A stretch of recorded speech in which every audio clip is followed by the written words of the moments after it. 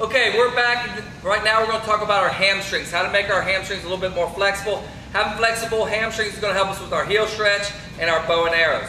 So we've already done on the ground split, so now what we want to do is to take it to an elevated split or an inclined split. Now, Malia is very flexible, so we're going to use 2 panels. If you're just starting out, you might use 1 panel, but we just want to get the foot up. So what Malia is going to do, she's going to take her leg, she's going to put it on the mat, she's going to slide into the split, and she's going to put both hands on the mat. We would hold this for about 30 seconds.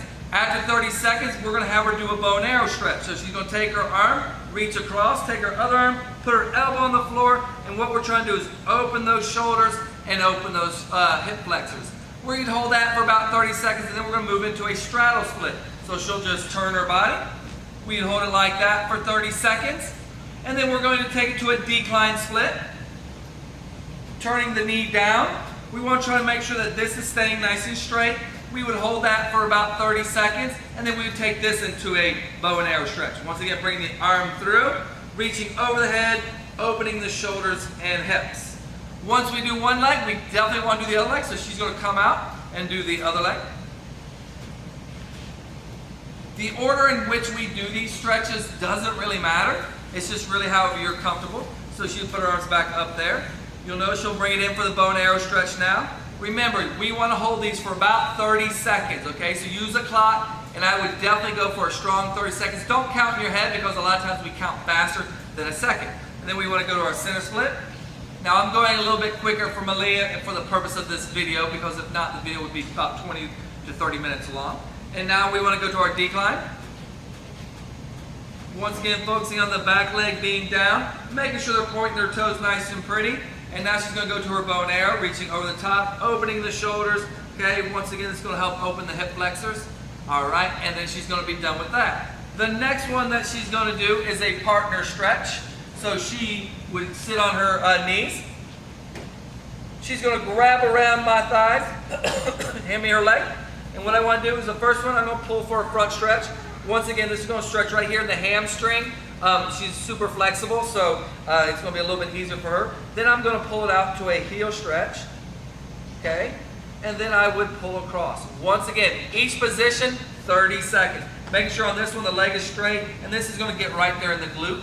Then we would want to do both legs, so she'd kick the other one up. Once again, she wants to go straight. A lot of times I'll take my knees because they'll sit, and I want to push their hips forward, but I don't have to do that with Malia, okay? And then we would come out to the side and up. And then once again, over to the side. You can kind of see with this one, we get a little bit of a bend in the knee. So we want to keep that straight and help her down with that. Awesome job. And then the next one we got is a rubber band stretch. So Malia would lay on her back. This is something that they can do at home, and definitely for kids who aren't as flexible.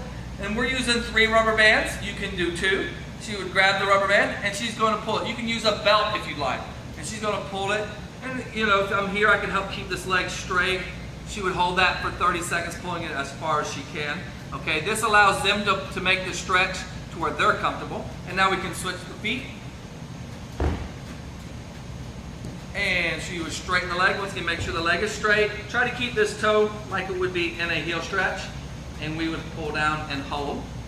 She can also reach her arm through for the bow and arrow. So she took that, she could pull it through. And she's now pulling her bow and arrow on the ground, making sure she's learning how to open her hips. Great job.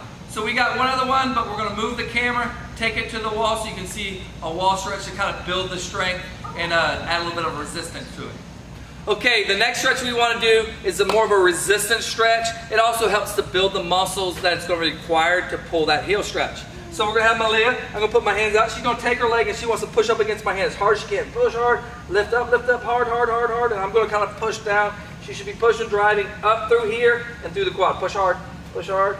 Awesome. Good. And now the other leg. Push, push, push. Awesome. The other thing we can do is we can take it like this. Now, if you notice her hip, what I want to do is bring it up.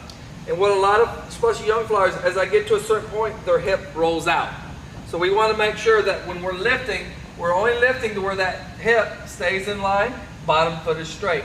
And I would hold it there. If I can only get here and that hip starts to roll out like this, I would want to fix the hip, get it underneath, hold it there, bring it a little bit higher.